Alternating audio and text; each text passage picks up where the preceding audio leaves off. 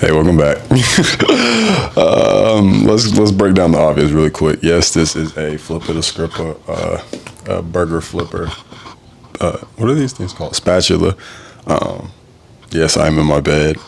Yes, it is 90 degrees and I have a beanie on. Yeah. Hope y'all are having a good morning. I'm gonna be so very, very, very, very, very honest with y'all. God told me to do this, so I picked up my camera and I'm recording it. He gave me a blueprint. Hopefully this is fun. Hopefully this is enjoyable. But yeah, I was sitting here with my wife about an hour ago. Hold on, give me 1 second. And she actually, we were reading the Bible and she pointed out something to me. And I kind of wanted to talk about it. It's in Romans chapter 3, verse 20. And it says, therefore, no one will be declared righteous in the sight by observing the law. Rather, through the law, we become conscious of sin.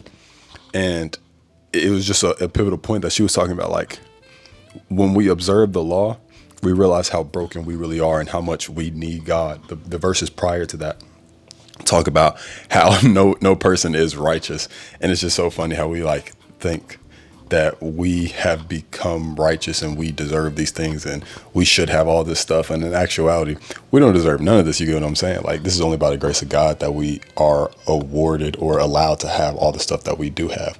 So we should have like that heart posture of gratitude and also acknowledgement that we are sinful human beings and we need to pick up our cross daily and just follow him. So anyway, I'm reading this and we're reading it together.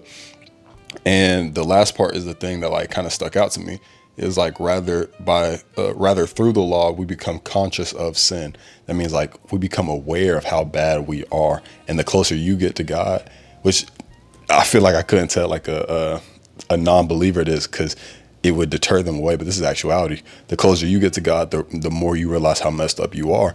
And I know like for some people that doesn't sound fun, but it's actually a better life because you realize how messed up you are, which shows you which allows you to be more grateful for what you do have and more grateful for where you are in life and more grateful for the God that we serve, because he forgave us through all of this, through all our inadequacies, through every time that we messed up, through every time we stumbled and stuff. He continues to forgive us. And I just really thought that was like such an interesting point. The fact that we can continue to go through life and continue to prosper and continue to have all these good things, knowing that we don't deserve it. Like, we are not good. Like, it literally, the verses before, this is Romans chapter 3, verse 7. There is no one righteous, not even one. There was no one who understands, no one who seeks God. All have turned away. They have together become worthless. There is no one who does good, not even one. And then it continues to go down. So it's really like beating us up. So like that whole thought process of you thinking that you are good and thinking that you are deserving and thinking that you are doing what's right, take that out your head and come to terms with the idea of you are not good, but Jesus Christ. That's the big caveat to all of this. Like, we are terrible, but Jesus Christ. We are imperfect, but Jesus Christ. We are sinful, but Jesus Christ. That but Jesus Christ nullifies, I'm pretty sure that's the right word, nullifies or erases everything that precedes it. I used to be full of lust, but Jesus Christ. I used to be full of anger, but Jesus Christ. I used to be an alcoholic, but Jesus Christ. I used to be depressed, but Jesus Christ. That but Jesus Christ erases all of that. So through the law, we can't become, we can't become righteous by just observing the law, but through the law, we can become cognizant. So he will show us where we need to improve on. And when we lean onto him, he wipes that stuff away. He improves it for us. He gives us the tools so we can improve it. So I just really thought that was cool. And like something that's I guess viewed as like a negative thing. We had two different viewpoints of it. She was talking about how she thinks like it's so sad that he loves us so much and we keep failing. And I saw it from a different point. I saw it from the point of like, he loves us so much even though we keep failing. So it's like, it was just something cool that I wanted to share about. Yeah. And then I wanted to talk about this other thing. I had to write it down because I wanted to make sure I didn't forget it. Do, do, do, do, do, do, do, do. Oh, I found it. I found it. Okay. So this is really the topic that I wanted to talk about. Somebody brought up this point and they were talking about, I was with some of my friends and they were talking about, what's the show called? What's the show called? Love Island, Love Island. And they were bringing up the point where like Love Island is just so like drama filled and like I kind of like it. Like it's spicy. And which is very much true. You feel me? It's spicy. I keep it a beat with you. A couple of years ago, I watched it. I watched a couple of episodes. You know what I mean? And I was thinking about like it's spicy, and how people like love drama. Like it's a fact. It's interesting for us. And coincidentally, I was reading in Second Samuel, and Second Samuel is spice level like out of one to five. That's spice level like a six, and it was just so funny that like we don't realize that like the Bible really is spicy. The Bible is the only book that got every genre in it. It got action, comedy, horror, mystery, romance, adventure, et cetera, et cetera, et cetera. And it's so spicy. So I'm reading it in Second Samuel, and it's a brother killing a brother because what the brother did to the sister, and then the dad getting punished for his actions and his sins. I'm trying to get y'all like the spark notes. No, I'm tripping. So David, if you don't know David, that's the David from David and Goliath. You know, man after God's own heart. He real rocking with Jesus. He stumbles. He sees this girl who's not his wife named Bathsheba. Sleeps with Shorty.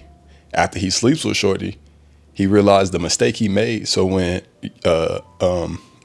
Bathsheba's husband Uriah comes back home, he sends Uriah back out to the field. This is the army, like back out to the war zone, and calls to get him killed. He calls to get him killed. Uriah ends up passing away.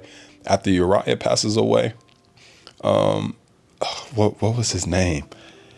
Nathan. Nathan comes by and rebukes David. Nathan's like, you should not have done that. That was dishonorable to God. David realized the error of his ways. He started repenting to God. Nathan tells him, he said, yo, God forgives you, but you still got to be punished. David's like, dang it. Nathan's like, all right, so check this out. Your son is not only going to pass away, your whole family tree going to be jacked up.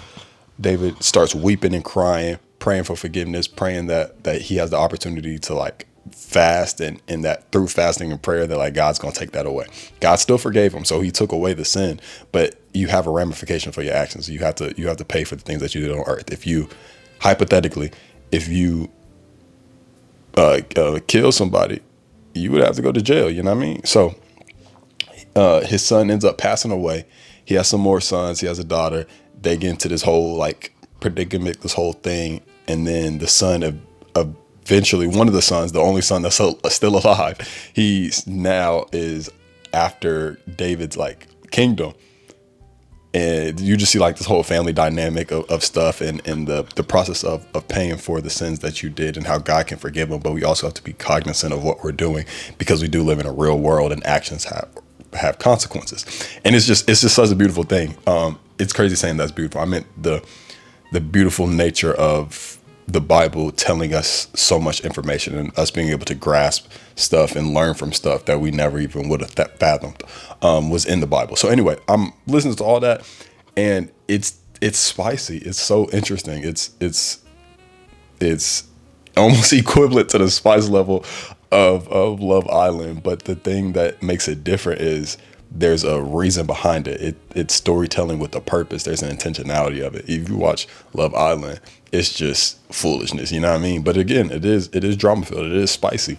But if you watch or if you read the Bible and you hear what it's saying and you read these passages, you get the same spice level, maybe even more spice level, but it's with an intentionality, with the purpose. You see David, a man that we know is a man after God's own heart. You see him messing up. You see him repenting. You see him trying to get his life right. You see him taking or being accountable for the actions and the things that he did. You see the ramifications of family trauma and how things could be passed down to you that you never absorbed, that you never had anything to do with. And you see the actions of when you give in to those temptations and when you give in to those actions rather than staying obedient to the law, staying obedient to Christ. And it's just, there's so many things in there that you can learn from it with still having the entertainment and the spice level that the other things provide. So I just thought that was cool to note as well. Like throughout both of the Jones that I just talked about, the Bible really, you feel me? It has the pathways, it has the information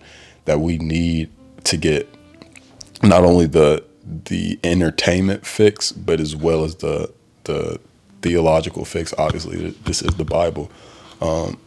But the spiritual fix, like it can make you happy when you're sad. It can make you calm when you're anxious. It can make you brave when you're scared. It really has everything that you need in this beautiful, beautiful big book.